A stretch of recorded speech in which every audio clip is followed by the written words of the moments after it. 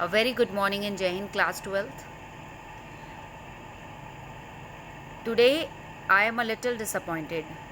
Disappointed because of few students who have not submitted their test. See, abhi to you are doing what you want to do, but you must not neglect the future circumstances. You have to be in school. You have to do what teacher is instructing you, and if you are not doing it, इसमें और किसी का loss नहीं है. It's just your loss, not mine, right? Not of your friends. So I'm showing you the name of those students who have not submitted the test, and it's really very shameful. Ayush Singhal, Abhishek Jain have submitted. Ashish Chaudhary, Ayush Kaushik, Deepshika Drayan, Harsh Gupta, Nidhi Chokiyal, Parv Tayal, right? Then comes Rhythm, Saransh, Tyagi. Here Vaishnavi Mittal, Vipul Mittal, Virendra, Vishwaraj, Yash Gupta. When your teacher is instructing you to submit something, either test or anything, right? So it is your responsibility to submit it on time.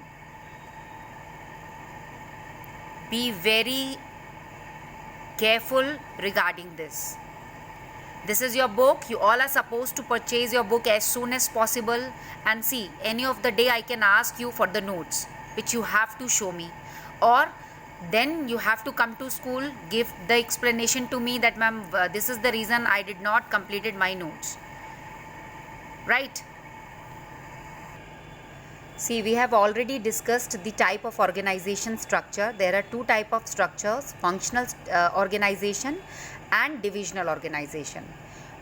I am repeating it once again. Functional organization में what is there in functional organization? किसी भी organization में separate departments होते हैं. Those departments are production manager, finance manager, marketing manager and human resource manager. In yesterday's Zoom class, I asked number of students about the departments, but none of you were answered this, right? So there are 4 departments जो होते हैं किसी भी organization में, and those departments are production manager, production department, finance department, marketing department and human resource department. If we are dealing with a single product, if we are dealing with only refrigerators, right? Refrigerator is the product. For the same, we need to create such kind of functional structure where 4 departments will be there, right? If we are talking about the particular department, so इन्होंने marketing department के बारे में बताया है कि marketing department में there is a marketing manager. Under marketing manager, there are 4 person who look after the advertising, जो advertising देखता है. भाई आपने रेफ्रिजरेटर बनाया, उस ब्रांड को एडवर्टाइज करना बहुत ज़रूरी है. सेल्स पर्सन, उसकी सेलिंग देखना बहुत ज़रूरी है. Customer service, if there is any problem in the refrigerator, it is the responsibility of the organization to provide service to the customers. बुलाते हो ना आप कॉल करके that we are facing some kind of problem in the refrigerator, तो आप call करते हो customer care पे. Marketing research, 1 or 2 person for researching the market, that whether the customers are satisfied with their product or not, with the refrigerator or not. ठीक है, this was about functional organization. ये हम discuss कर चुके हैं already. Now when we are talking about the divisional structure, तो divisional structure deals with multiple products. Look here, division separate हो जाते हैं इसमें. Like one is of garment division, another is of cosmetic division, another is of sports good division, ठीक है, क्योंकि एक ही infrastructure के अंडर हम बहुत सारी चीज़ों की प्रोडक्शन एक साथ नहीं कर सकते. We have enough space, that is fine, but we have to create different department, different division for everybody, for every product, for every brand. ठीक है, आप कॉस्मेटिक्स का डिवीज़न आपने एक सेपरेट डिवीज़न खोला, उसके लिए you need 4 department which is mandatory: production department, marketing department, finance department, human resource department. Once again have a look. एक कंपनी, एक ऑर्गेनाइजेशन है, ठीक है, एक कॉस्मेटिक डिवीज़न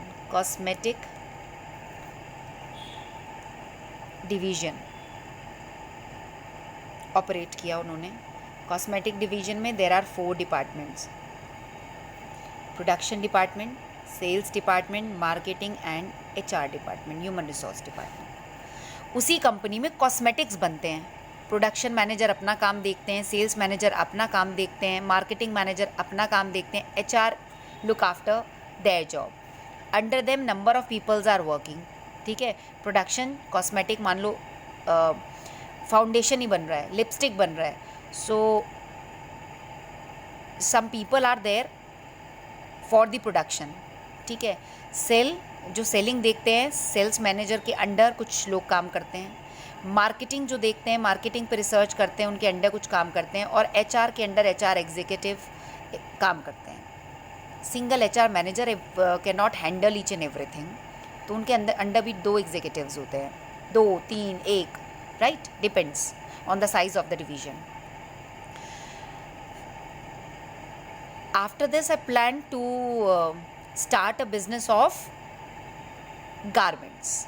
तो गारमेंट्स का काम अगर मैं इन ट्रेंड पर्सन को देती हूँ, so whether they will be able to handle the work of garments? No, they will not. It's because they are specialised in cosmetics only. How can they perform their function in garments manufacturing company? Separate. For that I need to separately operate a division, that is garment division. These people are specialized in cosmetics, उन्हें garments की कोई knowledge नहीं है. Once again I need to appoint the production, I need to create the departments: production, sales, marketing and HR. Under them they'll hire the people, number of people as per the requirement, right? Once again I decided to operate one more manufacturing work about sports goods. अब garments वालों को जो कपड़ा बनाते हैं, कपड़े का काम देखते हैं, उन लोगों को अगर मैं स्पोर्ट्स के गुड्स मैन्युफैक्चर करने के लिए कहूँगी, what they will do? They will not perform in an effective way. Once again I need to make departments: production, sales, marketing, HR. Under them I will recruit some people, some executives will work under them, will help them. ठीक है, अब ये हम बात कर रहे हैं divisional structure की. अब ये 3 चीज़ों के साथ मैं डील करती हूँ. साथ ही में मैंने एक central headquarter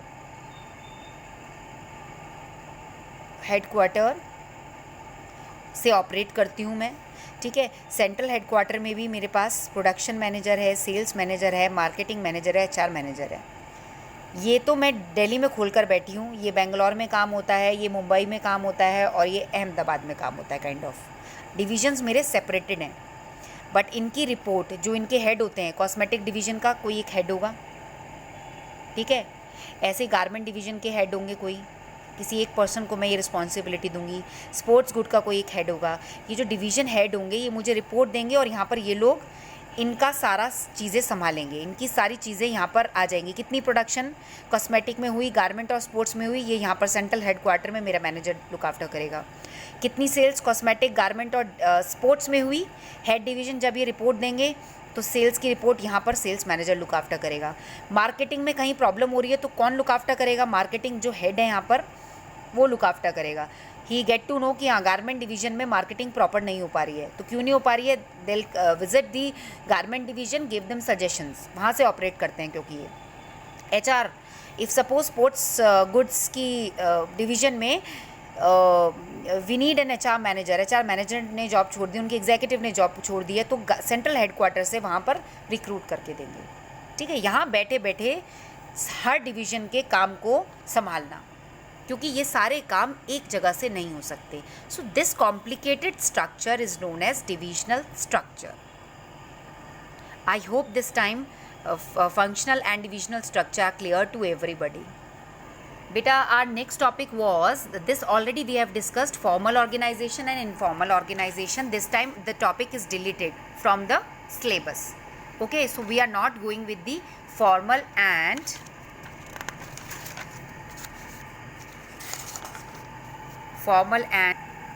informal organization. These topics have been deleted from your syllabus. Okay, so we are now jump into the next topic, and which is the important topic, that is delegation of authority. Delegation, I have told you, delegation ये होता है कि I entered into the class, I found the class is very disturbing, I assigned the responsibility to a child that you become the monitor of the class. From now onwards you are the monitor of the class. It is your responsibility to look after the whole class. I delegate authority to that particular child. Delegation involves transfer of authority to subordinates with the view to make them perform the assigned duties. Companies में manager, a lone manager cannot handle every work. तो manager delegate their responsibility to their subordinates, जो उनके under काम करते हैं. ठीक है, इससे मैनेजर इंस्पेक्शन कर सकता है, राउंड ले सकता है प्रॉपरली, अदरवाइज अगर वही सारे काम करेगा तो वो काम करने में रह जाएगा और सबऑर्डिनेट्स कुछ नहीं करेंगे. Right, so it is a part of the process of organising, जिसमें manager makes it possible for the others to share in the work of carrying out the organisation objective. In simple word, manager अपना load कम कर लेता है. Manager उस काम को, अपने काम को डिस्ट्रीब्यूट कर देता है अमंग देयर सबऑर्डिनेट्स कि अब आज से आप ये काम देखोगे, you are responsible for this, I am delegating the authority to you. Authority दे देते हैं, इसका मतलब उन लोगों को पता है कि अभी काम हमारे पास आ गया है, तो we are the responsible person. अगर कुछ प्रॉब्लम हुई तो मैनेजर डायरेक्ट हमसे पूछेगा. डेलीगेट इसलिए किया जाता है ताकि रिजल्ट मिले अच्छा. अगर इफ़ सपोज क्लास का सबसे शरारती बच्चा है और मैं उसी को मॉनिटर बना देती हूँ, तो yes I know that this process will give me the might be give me the better result, क्योंकि उसको लगेगा यार मैं ही शैतानी करूँगा और मैम ने देख लिया I am not monitoring well, तो मेरी पिटाई होगी. Right, I will B answerable. अब उसको पता अथॉरिटी है, वो किसी को भी डांट सकता है, वो शायद उसे एंजॉय करने लगे और वो खुद भी सुधर जाए.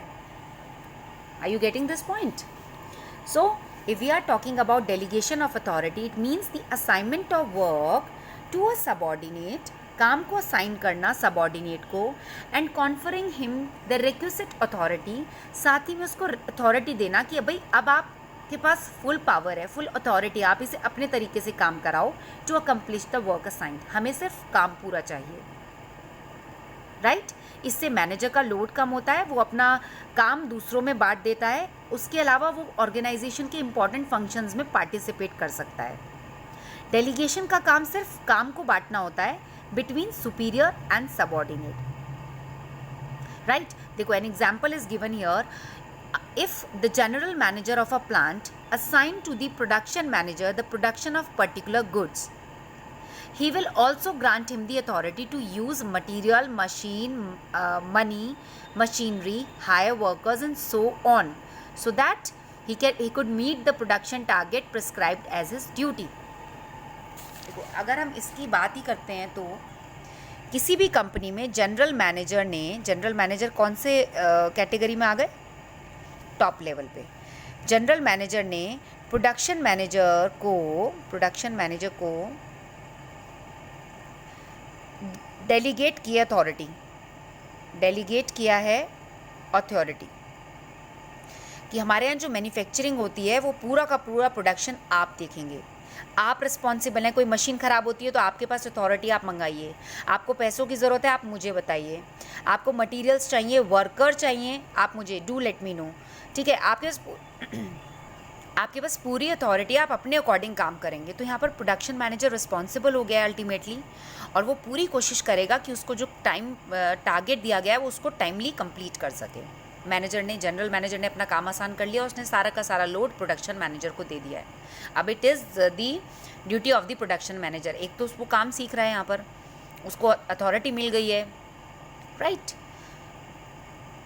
So this is the thing, we can say the delegation of authority means assignment of work to a subordinate, ठीक है, और उससे काम करवाना, उसे अथॉरिटी देकर, delegation of authority कर कर accomplish the work assigned. Okay, चलो, now comes the elements of delegation of authority. delegation of authority के बेटा elements क्या होते हैं?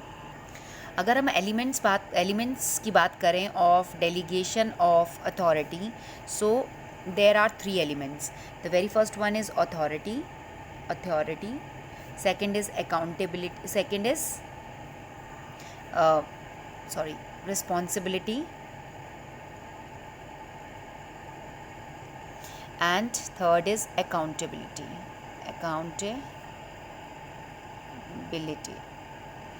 There are 3 elements of delegation of authority. They are authority, responsibility and accountability. ठीक है, अगर हम डेलीगेशन ऑफ अथॉरिटी की बात करते हैं तो इसमें जो रिस्पॉन्सिबिलिटीज़ होती हैं, जो काम होता है, वो सबऑर्डिनेट को बांटा जाता है, उसके साथ उनको अथॉरिटी दी जाती है. अथॉरिटी मिलते ही वो रिस्पॉन्सिबल हो जाते हैं, राइट. रिस्पॉन्सिबल हो जाते हैं, अकाउंटेबल हो जाते हैं. अब ये टर्म सेपरेटली क्या होती हैं ये आप समझोगे, ठीक है. अथॉरिटी डेलीगेट की जाती है, दी जाती है. अथॉरिटी डेलीगेट की जाती है मतलब दी जाती है. रिस्पॉन्सिबिलिटी असाइन की जाती है. जिसके पास अथॉरिटी आ गई वो ऑब्वियसली उसी के पास वही इंसान रिस्पॉन्सिबल होगा फॉर द पर्टिकुलर थिंग्स, मतलब उसे असाइन कर दी हमने चीज़. अकाउंटेबिलिटी इम्पोज की जाती है, इम्पोज की जाती है. अभी से ऐसे ही समझो, अथॉरिटी डेलीगेट की जाती है, रिस्पॉन्सिबिलिटी असाइन की जाती है, अकाउंटेबिलिटी इम्पोज की जाती है, इम्पोज की जाती है. Okay, now come to the very first point, that is authority. What authority refers? Authority refers to the right of a manager to command his subordinates and to take action within the scope of his position. Authority का मतलब right of a manager, एक manager का अधिकार है कि वो command कर सके अपने सबॉर्डिनेट को. To take action within the scope of his position. Authority दी जाती है. सुपीरियर सबॉर्डिनेट को अथॉरिटी, अपने नीचे काम करने वालों को अथॉरिटी देता है कि वो कोई भी एक्शन ले सकते हैं अपनी पोजीशन के स्कोप के साथ. ठीक है, लाइक स्टोर मैनेजर है, production manager gives authority to the store manager. ठीक है, कि अब आप रिस्पॉन्सिबल हो सभी काम के लिए. तो प्रोडक्शन मैनेजर ने रिस्पॉन्सिबिलिटी स्टोर मैनेजर को दे दी है कि जितना भी रॉ मटेरियल है, जितना भी सामान आना है जाना है, हर चीज़ के लिए आप रिस्पॉन्सिबल हो. पर स्टोर मैनेजर रिस्पॉन्सिबल है. अगर स्टोर मैनेजर, ठीक है, अगर स्टोर मैनेजर सेल्स में जाता है और वो कहता है भाई मेरे पास तो अथॉरिटी है, तो ऐसा नहीं होना चाहिए. उसे अपनी पोजीशन ध्यान रखनी चाहिए. He is the store manager और उसको उसके लिए काम असाइन किया गया है. ठीक है, authority gives the manager the right to take decision. Authority decisions कैसे लेने, इंस्ट्रक्शंस कैसे इशू करने सबॉर्डिनेट्स को, उनसे काम कैसे कराना है और क्या एक्शन लेना है अगर काम पूरा नहीं होगा तो. अथॉरिटी एक पोजीशन से आती है, highest, it is the highest at the top level and reduces at the flows down. Authority top level management के पास ज़्यादा होती है और जैसे जैसे नीचे जाते रहते हैं वो कम होती रहते हैं. जैसे अभी मैंने आपको एग्जाम्पल दिया था ना, जनरल मैनेजर अथॉरिटी देते हैं प्रोडक्शन मैनेजर को, प्रोडक्शन मैनेजर अथॉरिटी देंगे सुपरवाइज़र को, बट नीचे आते हुए वो कम हो जाती है. सुपरवाइज़र को डेलीगेट करेंगे, सुपरवाइज़र को डेलीगेट करेंगे, बट सुपरवाइज़र जो लेबर काम कर रही है उन्हें थोड़ा ना अथॉरिटी दे देंगे. ये यहाँ पर ख़त्म हो जाती है अथॉरिटी.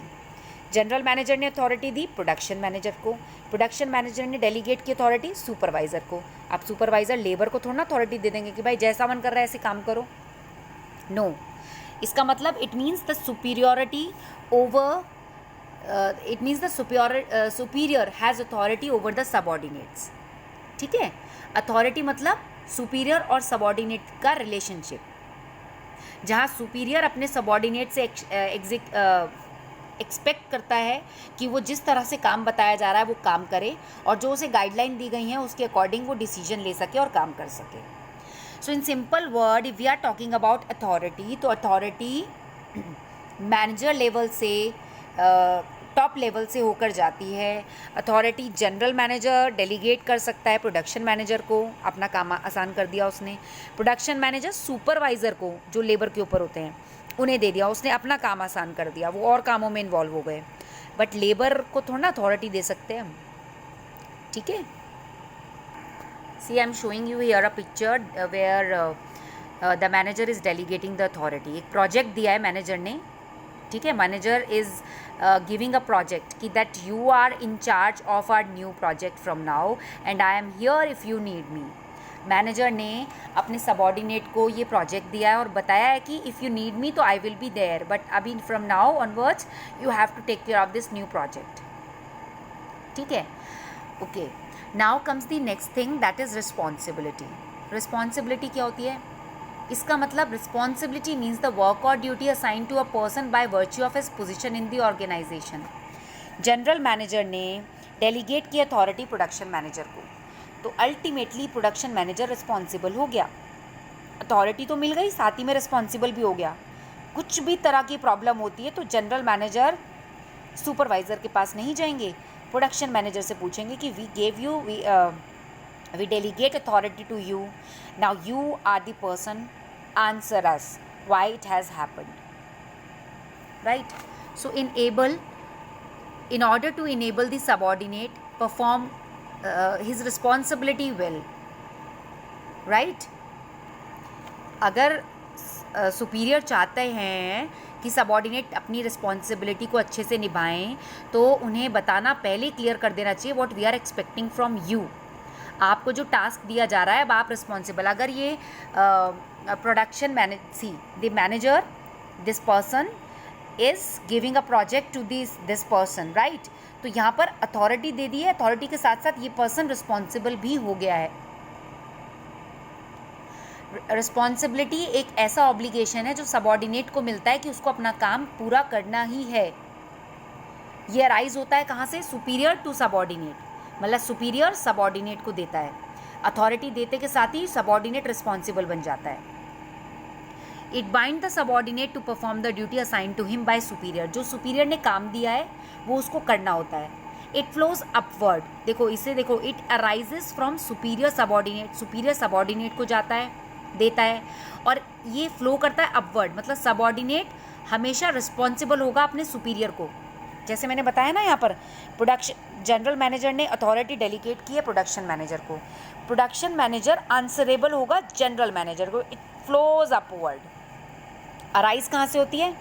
अराइज होती है from superior to subordinate and flows upward. Answerability कहाँ से आती है? अपवर्ड। प्रोडक्शन मैनेजर रिस्पॉन्सिबल होगा जनरल मैनेजर को, राइट? सबॉर्डिनेट को भी एक ऐसी अथॉरिटी दे दी जाती है जो उसके काम में, मैंने अभी एग्जांपल दिया ना आपको, स्टोर मैनेजर प्रोडक्शन मैनेजर है लेट्स सपोज। अब प्रोडक्शन मैनेजर को अथॉरिटी मिल गई है, बट ऐसा तो नहीं है ना कि ये मार्केटिंग में जाए और मार्केटिंग में जाके उन लोगों को भी बोलने लगे कि भाई मेरे पास तो I have been given the authority by general manager, तो मैं जैसा चाहता हूँ मैं ऐसा काम करवा सकता हूँ। They are separate departments. Production manager को अथॉरिटी मिली है, सेल्स मैनेजर अलग है, ये इसके काम में क्यों बीच में अड़ेगा, राइट? इंटरफेयर क्यों करेगा? So authority granted must commensurate with the responsibility. जिसके जो अथॉरिटी देता है, जिस पर्सन को देता है, वो पर्सन आंसरेबल हो जाता है, रिस्पॉन्सिबल हो जाता है, क्योंकि उसको असाइन की गई है रिस्पॉन्सिबिलिटी। ठीक है, मतलब आंसरेबल नहीं है यहाँ पर। अभी आप इस चीज़ को see, there is a difference between these three. Authority delegate की जाती है, जिम्मेदारी असाइन दी जाती है, अथॉरिटी पावर डेलीगेट कर रहे हैं, रिस्पॉन्सिबिलिटी काम बताया जा रहा है कि हम आपसे क्या एक्सपेक्ट करते हैं। अब अकाउंटेबिलिटी आती है, आपको जो काम बताया था वो इस तरीके से क्यों नहीं हुआ, वो कब पता चलता है हमें। Accountability is the obligation to carry out responsibility, जिम्मेदारी मिल गई, जिम्मेदारी के साथ वो काम, जिम्मेदारी असाइन हो गई, रिस्पॉन्सिबिलिटी असाइन हो गई, उसके साथ जब काम कर रहे हैं फाइनल रिजल्ट आया तो being answerable for the final outcome is accountability. Holding an individual for final result, the subordinate held accountable to the superior. अब यहाँ पर जो सबऑर्डिनेट है वो अकाउंटेबल होगा अपने सुपीरियर को, जवाब देगा कि क्यों काम इनकम्प्लीट रहा। इसकी एक पिक्चर देखो अकाउंटेबिलिटी की। You are accountable for this project, मतलब मैंने आपको एक काम दिया था, मैंने डेलीगेट की थी अथॉरिटी देते ही आप जिम्मेदार हो गए थे, रिस्पॉन्सिबल हो गए थे। Now you are accountable for this project, आप बताइए इस प्रोजेक्ट को आप कंप्लीट क्यों नहीं कर पाए। गॉट इट और नॉट?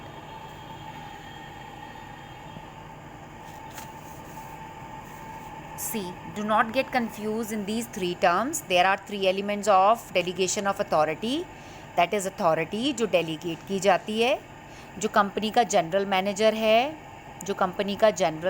है, उसके बाद बहुत ओवरलोड हो रहा है, उसने प्रोडक्शन मैनेजर को बुलाया और he delegates the authority to production manager. Production manager के पास ओवरलोड हो गया, production manager delegate the authority to supervisor. ये हो गया डेलीगेट, अथॉरिटी, पावर दे दिया है, ठीक है। अब जब जनरल मैनेजर ने प्रोडक्शन मैनेजर को पावर दी है तो वो जिम्मेदारी भी दे दी, साथ में असाइन कर दिया, आपसे मैं ये एक्सपेक्ट करता हूँ आपको ये काम करना है। ऐसे प्रोडक्शन मैनेजर ने सुपरवाइज़र को बोल दिया, इंस्ट्रक्ट कर दिया, आपकी ये रिस्पॉन्सिबिलिटी हो गई, अब पावर है, साथ में आप रिस्पॉन्सिबल हो, आपको ये काम असाइन किया है, मैं आपसे ये एक्सपेक्ट करता हूँ। अब जब काम हो गया और काम ठीक से नहीं हुआ तो इम्पोज की जाती है, आप रिस्पॉन्सिबल। जीएम प्रोडक्शन मैनेजर से पूछेगा, now you are accountable for this particular thing, क्यों ये प्रोजेक्ट कंप्लीट नहीं हुआ। प्रोडक्शन मैनेजर सुपरवाइजर से पूछेगा, why it is not completed properly. Got it? अच्छा, अकाउंटेबिलिटी के क्या फीचर्स होते हैं? Accountability is the obligation to carry out the responsibility. Obligation होता है यहाँ पर कि रिस्पॉन्सिबिलिटी को कैरी आउट, हमारे पास जिम्मेदारी है और हमें उसे पूरा करना है, नहीं किया तो हमें जवाब देना होगा। अकाउंटेबिलिटी ऑलवेज फ्लोज अपवर्ड, ऊपर से आती है ना, देखो सुपरवाइज़र ने दी, सुपरवाइज़र को प्रोडक्शन मैनेजर ने दी, प्रोडक्शन मैनेजर को जनरल मैनेजर ने दी। अकाउंटेबिलिटी आंसरेबल, गड़बड़ हुई तो सुपरवाइज़र प्रोडक्शन मैनेजर को आंसरेबल होगा, प्रोडक्शन मैनेजर जनरल मैनेजर को आंसरेबल होगा। अकाउंटेबिलिटी डेलीगेट नहीं की जाती, इसके पॉइंट्स हैं, there are few points. Accountability can not be delegated. देखो मैंने आपको रिस्पॉन्सिबल बनाया, I gave you authority to while making you the monitor of the class. Monitor की रिस्पॉन्सिबिलिटी डेलीगेट, मॉनिटर की अथॉरिटी डेलीगेट किया, तुरंत ही आप रिस्पॉन्सिबल हो गए। मुझे पूरी क्लास देखनी है, अगर मैडम बीच में आ गई तो शील scold me. By chance I entered in between और मैंने देखा the class was very disturbing, so I'll ask you that why the class is very disturbing when I give you the responsibility. So that means you will be accountable, you will be answerable to me, not your friend. आप ऐसे थोड़ा ना कहोगे अपने दोस्त को, यार please इस बार मुझे बचा ले और तू मेरी जगह पर मैम को आंसर कर दे। It is not possible because I know I delegate the authority to you.